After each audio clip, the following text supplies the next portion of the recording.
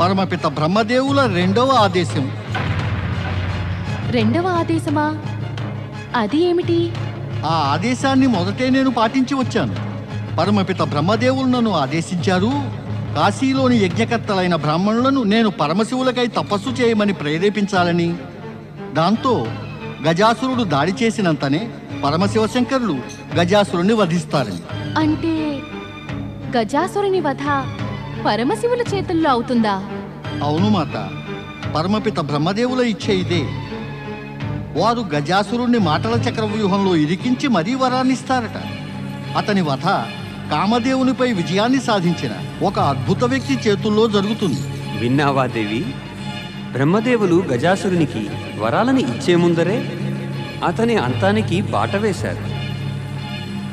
నారాయణ నారాయణ. కానీ నా సమస్యకి ఇప్పటికీ పరిష్కారం లభించలేదు శ్రీహరి. నేను గజాసురుణ్ణి స్వర్గాన్ని ఆక్రమించకుండా ఆపినట్లయితే అతని క్రోధం కాశీలోని ఆ నిర్దోష బ్రాహ్మణులపై ప్రసరిస్తుంది. ఇక వాళ్ళ ప్రాణహరణ పాపం నాకు చుట్టుకుంటుంది. శ్రీహరి, నన్ను ఈ అనావశ్యక పాపాల నుండి కృపతో కాపాడండి. మేము ఈ విషయమై నీకెట్టి ఉపాయాన్ని చెప్పలేము నారదా. ఎందుకంటే నువ్వు నీ చతురతని ఉపయోగించకుంటే అది బ్రహ్మదేవుల ఆదేశానికే అవహేళన. ఇక ఆ దోషం మాకు వర్తించగలదు నారదా. అందుకని నువ్వు నీ యొక్క చతురతని ఉపయోగించి ఒక సరైన మార్గాన్ని ఎన్నుకో. నీవు కోరితే నేను నీకొక ఉపాయాన్ని చెప్పగలను నారదా. మాత, అందుకనే కదా తమరి ఇద్దరి శరణు కోరాను. నువ్వు గజాసురుని స్వర్గం పైన ఆక్రమణ చేయకుండా ఆపే పనిని దైత్య గురువు శుక్రాచార్యునికి బప్పచెప్పు. ఇక కాశీలోని యజ్ఞకర్తలైన బ్రాహ్మణులని రక్షించే మార్గాన్ని వెతుకు. అది ఎలా సాధ్యం మాత? ఆ దైత్యకుడు శుక్రాచార్యుడు నా మాట వింటాడా?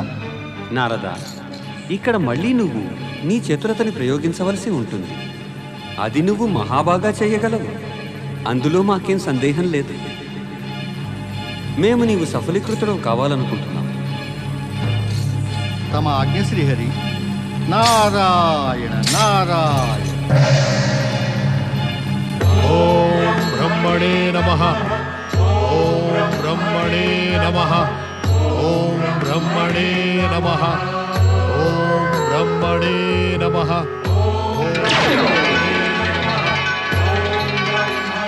ఓం బ్రహ్మణే నమః. ఓం బ్రహ్మణే నమః.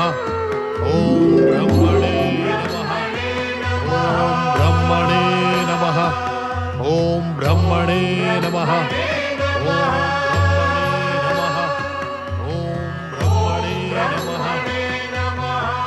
శివ శివ శివ శివ శివ శివ. ఓం బ్రహ్మణే నమః. ఓం బ్రహ్మణే నమః. ఓం బ్రహ్మణే నమః. ఓం బ్రహ్మణే నమః. ఓం బ్రహ్మణే నమః. గజాసుర, మేము నీ కఠోర తపస్సుకి ఎంతో ప్రసన్నులమయ్యాము. కళ్ళు తెరువు గజాసుర. ఓం బ్రహ్మణే నమః. కళ్ళు తెరువు గజాసుర. మేము నీ ఎదుట ప్రత్యక్షమయ్యాము గజాసుర. కళ్ళు తెరువు గజాసుర.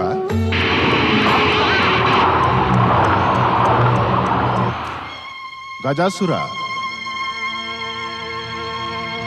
మాట్లాడు గజాసుర. మేము నీకు వరాలనివ్వడానికి వచ్చాము, ఏమంటావు? అంటే మీరేనా బ్రహ్మదేవులు? అవును గజాసుర. ఎంత కఠోర హృదయులు మీరు! నేను ఇంత కష్టపడుతూ తపస్సు చేస్తూ ఉన్నాను. తపస్సు చేస్తూ చేస్తూ ఎంత సమయం గడిచిందో అది మీకే తెలియాలి, నాకు తెలియదు. నాకింత కష్టాన్ని కలిగించినందుకు మీకేమరిగింది బ్రహ్మదేవా? తపస్సు ఎంత కాలము పాటు ఎంత కఠోరంగా చేస్తే వరాలు అంతకంటే ఉత్తమంగా లభిస్తాయి గజాసుర. మేము నీకు ఇచ్చిత వరాన్నిస్తామని మాటిచ్చేశాము. నేను నిజం చెబుతున్నాను బ్రహ్మదేవా. నా ధైర్యం ఇక సన్నగిల్లసాగింది. మీరింకొన్ని క్షణాల్లో రాకపోతే నేను నా విరాట్ స్వరూపాన్ని ధరించి ఈ పృథ్వీని సర్వనాశనం చేసి ఉండేవాణ్ణి. నువ్వలా ఎన్నడూ చెయ్యలేవు గజాసురా. సమయానికి ముందు ఇంకా త్రిమూర్తుల ఇచ్ఛ లేకుండా ఈ పృథ్వీపైన ప్రళయకాలం రానే రాదు. మేమైతే నీ తపోశక్తిని పరీక్షిస్తూ ఉన్నాము. పరీక్ష? అవును, పరీక్ష. అదిప్పుడు పూర్తయింది. ఇప్పుడు చెప్పు, నీ యొక్క తపస్సుకి ప్రతిఫలంగా మా నుండి ఏం వరం పొందాలనుకుంటున్నావు? నాకు అమరత్వాన్ని ప్రసాదించండి. నన్ను ముల్లోకాలకి రాజులు చేయండి. ఇంకా నాకు అతులిత బలాన్ని ఇయ్యండి. దాంతో నేను నా తండ్రి మహిషాసురుని హత్యకి ప్రతీకారాన్ని నా శత్రువులపై తీర్చుకోవాలి. అప్పుడు మహిషాసురుని అత్యాచారాలు సకల పరిమితులు దాటిపోయాయి. అప్పుడు అతని వధ దివ్య శక్తి సంపన్నురాలు దుర్గాదేవి కావించింది. నువ్వామెపై ఎప్పటికీ ప్రతీకారం తీర్చుకోలేవు. నువ్వామెపై ప్రతీకారం గురించి యోచిస్తే నువ్వే నాశనమైపోతావు. అయితే ముందు నాకు అమరత్వాన్ని ప్రసాదించండి. ఎవరిపై ఎలా ప్రతీకారం తీర్చుకోవాలో అది నేను చూసుకుంటాను. లేదు గజాసుర, అమరత్వమనే వరాన్ని నేటిదాకా మేము ఎవరికీ ఇయ్యలేదు, ఇయ్యబొమ్ము కూడా. ఎందుకంటే ఈ జగతిలో జన్మించిన వారు ఒకనాడు మరణించక తప్పదు. నువ్వింకేదైనా వరాన్ని కోరుకో. నేను స్వతహాగా అతులిత శక్తివంతుడిని. ఇచ్ఛానుసారంగా విరాట స్వరూపం ధరించి ఈ పృథ్వీని ముక్కలు ముక్కలుగా చేయగలను. నాకు ఈ వరాన్ని ఇయ్యండి. నా మరణము ఏ దేవతలు, దానవులు లేదా మానవుల చేతుల్లో సంభవించరాదు. తథాస్తు గజాసుర.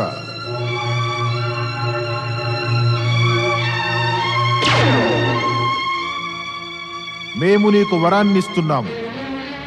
నువ్వు ఏ దేవతలు, దానవులు, మానవుల చేతుల్లో మరణించవు.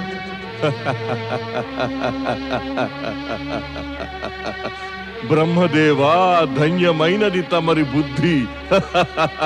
నువ్వు ఎందుకు నవ్వుతున్నావు గజాసుర? ఇలా మా బుద్ధిని ఎంతగా ప్రశంసిస్తున్నావెందుకని? బ్రహ్మదేవా, మరి నేను ఏ దేవ, దానవ లేదా మానవుల చేతుల్లో హతం కానప్పుడు అమరుణ్ణే గదా.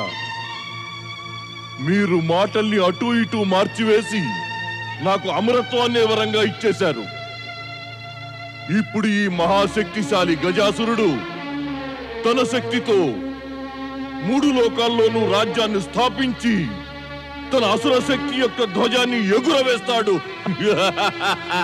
మేమిచ్చే వరం ఇంకా పూర్తి కానేలేదు గజాసుర. అంటే అసంపూర్ణ వరాలు కూడా ఇస్తారా? గజాసుర, ఏ దేవతల, దానవుల లేదా మానవుల చేతుల్లోనూ నీకు మరణం రాదు. కానీ ఒక శక్తి వలన వస్తుంది. ఆయన కామదేవుని పైన విజయం పొంది ఉండాలి. లోకంలో అలాంటి ఏ వ్యక్తి లేదా శక్తి ఉన్నట్టు ఆ కామదేవునిపై విజయాన్ని పొందడానికి జగతిలోని సకల ప్రాణులు కామదేవుని శక్తి ఎదుట ఓడారు, ఇంకా ఓడుతూనే ఉన్నారు. ఇక నేను మరణ భయం నుంచి ముక్తి పొందాను. నేను వరాన్ని అడగడం అప్పుడే పూర్తి కాలేదు బ్రహ్మదేవా. నాకు ఇచ్చిత, రూప పరివర్తనం, ఇంకా అసురసేన ఉత్పన్నం చేసే శక్తిని ఇయ్యండి.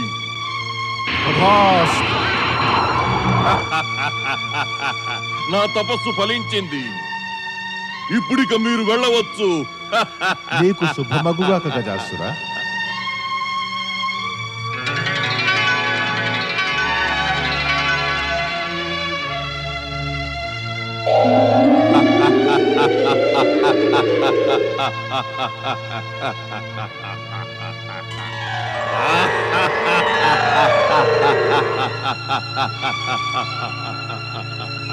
జగతిలో నన్ను ఎవ్వరూ చంపలేరు.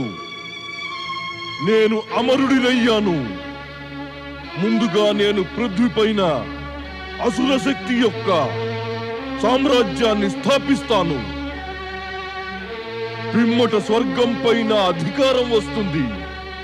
వీరువులైన దేవతలు నన్ను ఎప్పటికీ ఎదిరించి నిలువలేరు.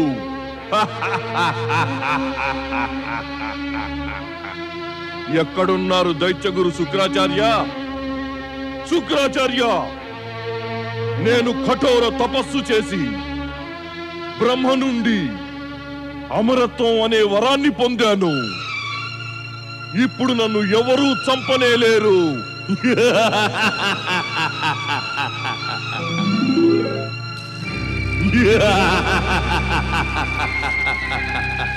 అసుర వీర గజాసుర, నువ్వు బ్రహ్మ నుండి అమరత్వాన్ని వరంగా సంప్రాప్తించుకున్నావు.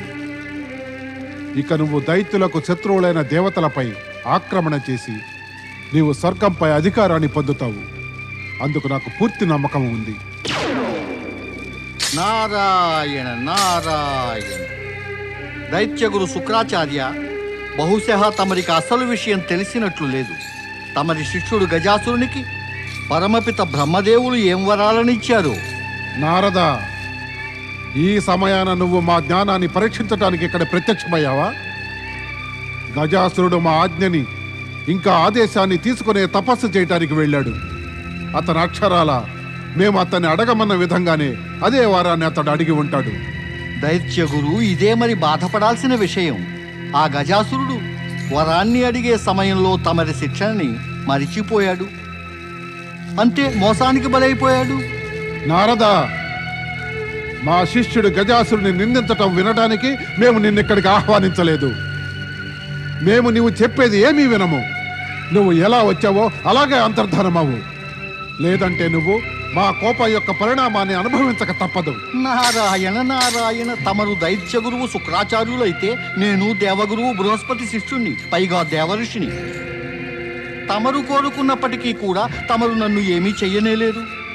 దైత్యగురు శుక్రాచార్య, నేను ఏది చెప్పాలని వచ్చానో చెప్పి తీరుతాను. అది చెప్పకుండా ఇక్కడి నుంచి కదలను. ఇక ఏం చెప్పినా కూడా అది తమరికి, ఆ గజాసురుడికి హితం కోసమే. వెంటనే చెప్పు, ఏం చెప్పాలో.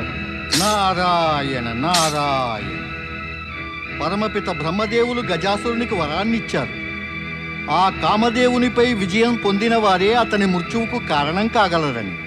ఎవరది కామదేవుని జయించడి వారు? ఈ ప్రశ్నని నన్ను అడగక స్వయంగా తెలుసుకోండి దైత్యగురు. జగతిలో కామదేవునిపై విజయాన్ని పొందినట్టు వారు ఒకే ఒక్కరు, దేవాధిదేవులు శివశంకరులే. ఈ సత్యం తమరికి తెలియదా? తెలుసును. మరి ఇది కూడా తెలుసు. ఈ అసురుల ఆరాధ్యుడైన పరమేశ్వరులు ఒక అసురుని వధను ఎప్పటికీ చెయ్యరు. నారాయణ నారాయణ. ఆ పరమశివశంకరుడు ఏ అసురుణ్ణి సంహరించకపోవచ్చును, కానీ అతనిని ఉద్ధరించవచ్చును కదా. ఉద్ధరణ? నువ్వు చెప్పేదేమిటి నారదా? కాశీలోని శివభక్తులు యజ్ఞకర్తలైన ఆ బ్రాహ్మణులు మహాదేవాదిదేవుడిని ప్రసన్నం చేసుకునేందుకు యజ్ఞానుష్ఠానాల్ని ప్రారంభించారు. పరమశివులు వారిపై అవశ్యం ప్రసన్నులవుతారు. ఇక వారి ప్రతి కోరికని తీరుస్తారు. ఆ బ్రాహ్మణుల ఇచ్ఛ ఏమిటి? వారి ఏకైక ఇచ్ఛ ఆ దుష్టుడు గజాసురుని వధ. గజాసురుని వధ?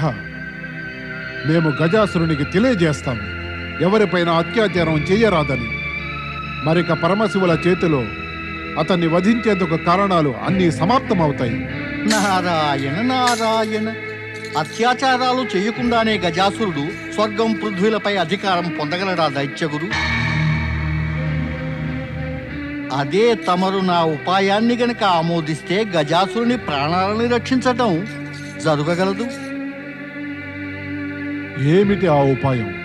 తమ శిష్యుడు గజాసురునికి చెప్పండి, కాశీలోని యజ్ఞకర్తలైన బ్రాహ్మణుల యజ్ఞం పూర్తి కానియొద్దని, ఏదో విధంగా విఘ్నాలను ఉత్పన్నం చేసి పరమశివశంకరులు ప్రసన్నులయ్యే మార్గాన్ని అవరోధించమని.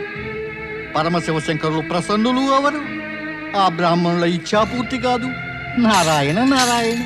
మరి నీ ఈ ఉపాయం వెనుక నీకేమీ స్వలాభం లేదు కదా నారదా? దైత్యగురు నారదుడు స్వలాభం కొరకు ఎప్పుడు ఏ పని చేయనే చేయడు. ఏ పనిని చేసినా అన్యుల మంచి కొరకే. ఇక ఇక్కడ అన్యులకు మంచి ఏమిటంటే గజాసురుని ప్రాణరక్షణతో పాటు నిర్దోష ప్రాణులకి రక్షణ లభిస్తుంది. ఇక అందుకు ఒకే ఒక ఉపాయం పరమేశ్వరుల కోపం నుండి తప్పించుకోవటం. ఇక పరమేశ్వరుల కోపం నుండి తప్పించుకోవడానికి ఏకైక ఉపాయం బ్రాహ్మణుల యజ్ఞం పూర్తియే కానీయకపోవడం. అర్థమైంది నారద. ఈ మారు నువ్వు మా శ్రేయోభిలాషిగా మారి వచ్చావు. మేము నీ ఈ ఉపాయం పైన దృష్టిని కేంద్రీకరిస్తాము. దైత్యగురు శుక్రాచార్య కొద్దిసేపట్లో వరప్రసాది గజాసురుడు ఇక్కడికి రానే వస్తాడు. అతనికి ఉచిత మార్గాన్ని బోధించి కాశీకి పంపండి. అలా అతని శుభకర మార్గాన్ని సుగమం చేయండి. ఇక నాకు అనుజ్ఞ ఇవ్వండి. నారాయణ నారాయణ.